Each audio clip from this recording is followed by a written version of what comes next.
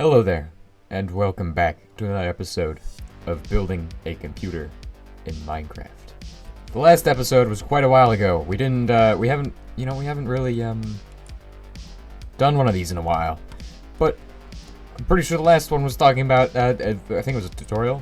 No, it was talking about the new machine, which is almost complete. I have been working very hard on it, trying to get it to be done. It's just, this thing is massive, okay? Just wait till we get up to it. There you go, that's the machine over there off in the distance. I didn't feel like flying over there, I just felt like running over here. I have no idea why I decided to do this way. But, it's time to talk about some things about the new machine, and, first things first, I actually had to use pistons on it. And, this is just because I don't want to end up with spaghetti monsters, and this is the best way to do it. This is the best way to create a bus that hooks up to the, different lines it needs to hook up to. Which, okay, we'll get to that in a second, but, so these guys basically control the RAM, which this big orange piece, here is the RAM. It's all made out of copper blocks, got some red wires going through it, which are going down to the reds down there. We also have a read command for that, which is over here. I think it's all wired up, I don't remember. But yeah, that's basically what this is. Oh, and I forgot to remove this piece from it. So by default, those should be pretty much off. Or they should be, yeah, they'll be locked. But, when the way these work, and these may seem pretty self-explanatory, like, you may think these are just, like, pushing the redstone block down. However, these are actually, by default, they're turned on. And the reason I have them like this is because pistons on the falling edge are faster than pistons on a, extending edge. There's a bit of delay there, which is quite interesting. So I'll go ahead and show you all what I mean.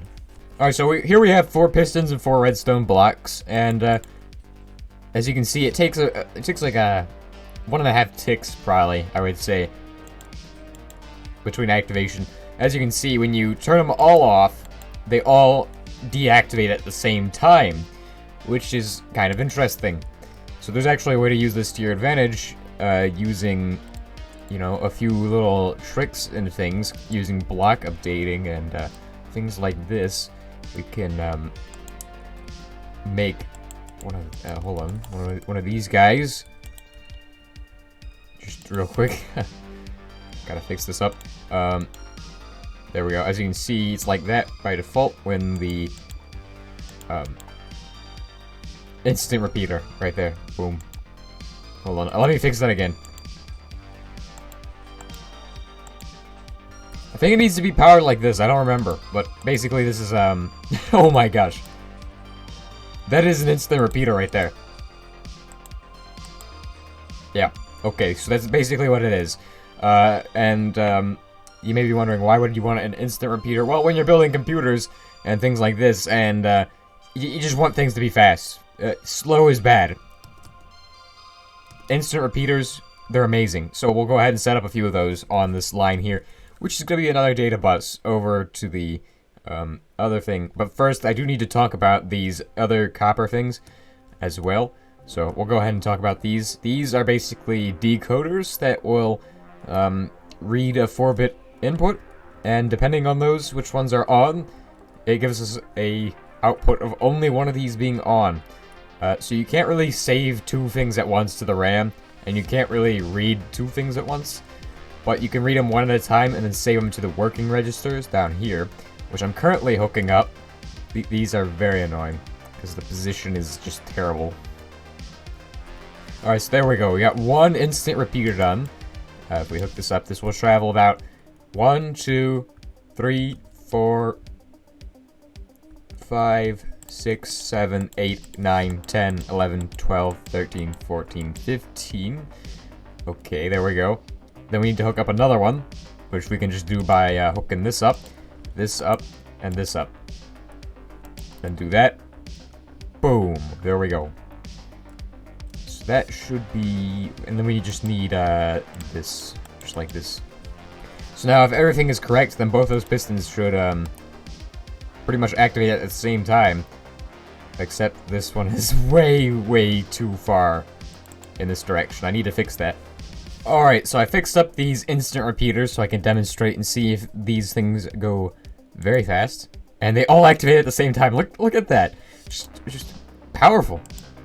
I've never actually used instant repeaters before because I've never had to use them. I've just known how they were built. And yeah, these things are just ridiculous. So, this definitely beats any ideas for, like, you know, transmitting using skulk sensors or, like, just building big wires. All you would need to do is build a big wire that has a ton of instant repeaters on it, and then have all these things chunk loaded, which would be a problem because the more things you chunk load, the more resources you're using. It's just, not ideal. Not ideal at all. But still, pretty cool. Alright, so additionally, we got some encoders and things back here, and, you know, I'm not actually using these things to their fullest potential, even though I'm using, like, 3 lines here. These things did save a bit of space and simplified a few things. So, thanks to them. Except this one. I should have just gone with a typical decoder design over here. Which we actually have 2 of these things. Typical decoders.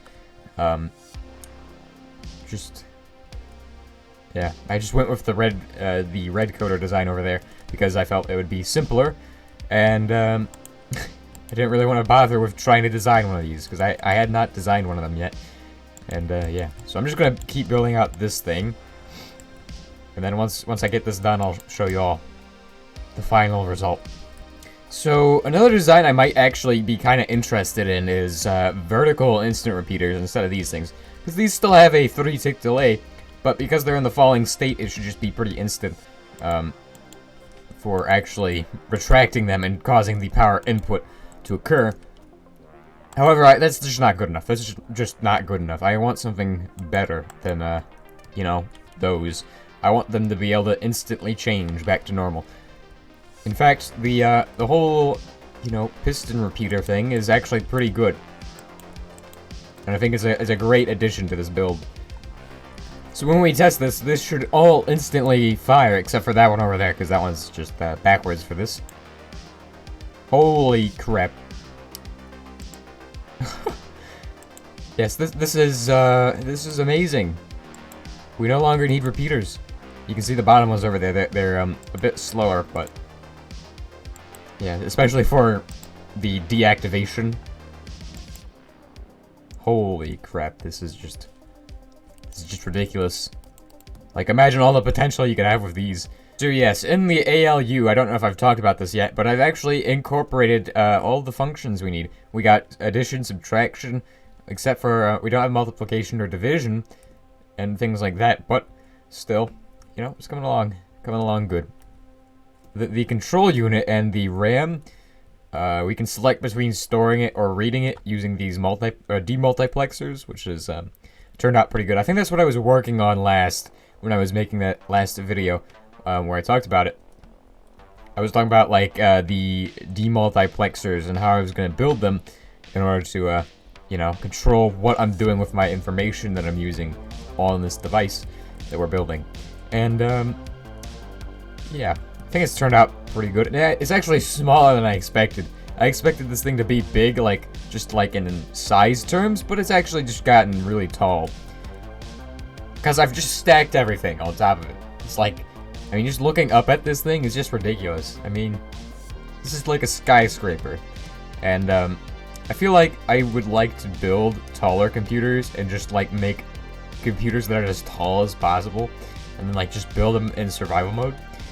And the reason why is because, it'd be ridiculous. You'd go up to this tower and you'd be like, what the heck is this thing? And it's just like this massive computer tower. Epic. Yeah, so I didn't go into very much depth about how these things are working and what they're doing. Basically, these work the same way as all the other ones. By default, they're in their on state, and then when they turn off, they, you know, don't take any time at all. They just take 0 ticks. Just no time. It's not even a repeater that's just so fast. Additionally, each of these lines is controlling, you know, a certain function, and it has to override some of the other lines. So we ended up with a bit of a spaghetti monster over here, but that is fine, because this is the multiplexer control unit, and if I wanted to select, you know, any of these options, I could just hit the button up here somewhere. Actually, if I wanted to do that, I just put a lever on top of these. Boom. Let's say we want whatever 1 is. Let's go with 1. I think 1 is just this orange or purple. I forgot what color crimson is. Crimson wood planks. Actually, no. 1 is subtraction mode. Okay. Let's go for the number 2. So 2 is gonna give us. I think that will do. I think that's this one. I don't remember what I hooked 2 up to. Is 2 hooked up to a, yeah, 2 is hooked up to this one. Oh, did I not switch it? Did I not switch it at all? Oh, wait, I just have them over the same line. What am I doing? What am I doing? Okay. Hold on a second. 2. Boom! There we go. And now it's activating this. So it's pretty simple how the buses work for the actual control unit, and I really hate building vertically now, but still, we have not failed our mission of keeping it all comparator based for most of the important stuff, and I don't think it really matters that these guys are pistons. So yeah, that's all I got for you guys today. If you all have enjoyed today's episode, please consider liking and subscribing. If you guys have any comments, questions, or suggestions, leave them down below. I'll see you all next time, and hopefully I'll do something a bit interesting tomorrow, maybe. I don't know.